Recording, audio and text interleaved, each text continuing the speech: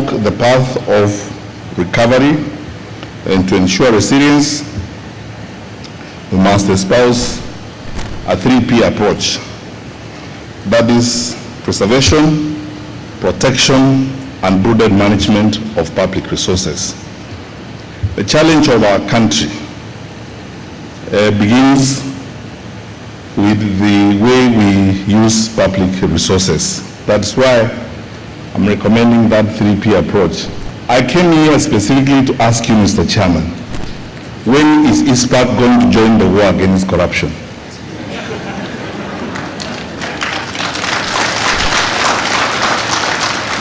When is ISPAC going to join the rest of us in fighting corruption in the public sector in our country? Because you asked me to talk about the role of professionals in effective delivery in the coordination of services. One role is that we must all join government and help my sister here, the Auditor General, and help my sister, the Controller of Budget, in fighting corruption.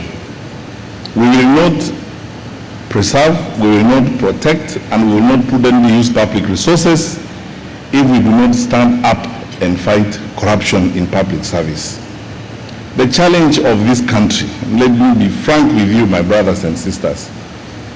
Our problems, if you are to list them, number 1, 2, and 3. Number 1 is corruption, number 2 is corruption, and number 3 is corruption. That we all look forward to a day when ISPAC will buy space in the papers and publish the names of the accountants they are removing from their roles and membership on account of cooking books.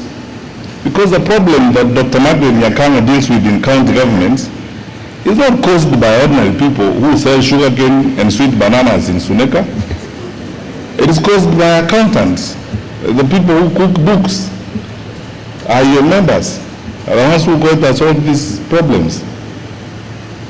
The challenges that Mr. Chairman you pointed out about burning bills in government, the reason why we have a problem with burning bills is because of resources being deployed in an allowable manner, and the people who are doing that are professionals. So the first role that you can play in the effective delivery of government service is by ensuring that the law is followed and ensuring prudent management of the resources that have been entrusted with us.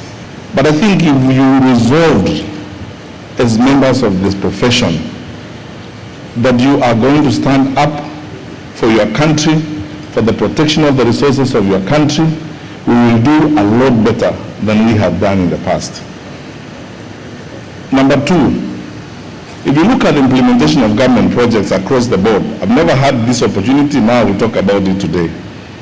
The implementation of national government projects in the country goes well, but a lot of it is hampered by poor contracting, poor advisory services.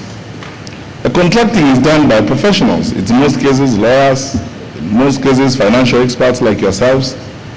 And I was asking the Auditor General this morning in the holding room, the contracts I'm sure she has seen, that I have seen, where you ask yourself the question, who on earth would enter into a contract of this kind? If this was your personal business, would you spend resources in this manner? We work very hard to grow the economy. I'd like us to build institutional partnerships between ISPAC and government so that we can enhance the capacity of those who provide services in the public sector. Recently, Mr. Chairman, the government has finally established or transformed the National Defense College to the National Defense University. The intention of the National Defense University is to integrate the military experience and the service that has been given at the National Defense College into the professional cadres or public service. I would like to ask you, Mr. Chairman, that one of these fine days we begin discussions with you to see how we can build partnerships between ISPAC and the National Defense University, so that the ethos of discipline and integrating a focused and strategic management of resources is also spread to the profession of accounting, so that when your members find opportunities in the public service, They understand that every resource we have is a strategic opportunity that must be managed in a strategic manner for us to move forward. From my end and the security sector, the country is safe. Maybe having one or two challenges, they are completely ordinary.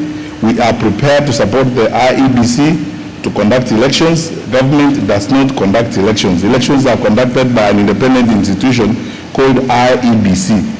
Our role is to support that institution, how they guide us, and we are ready to support them.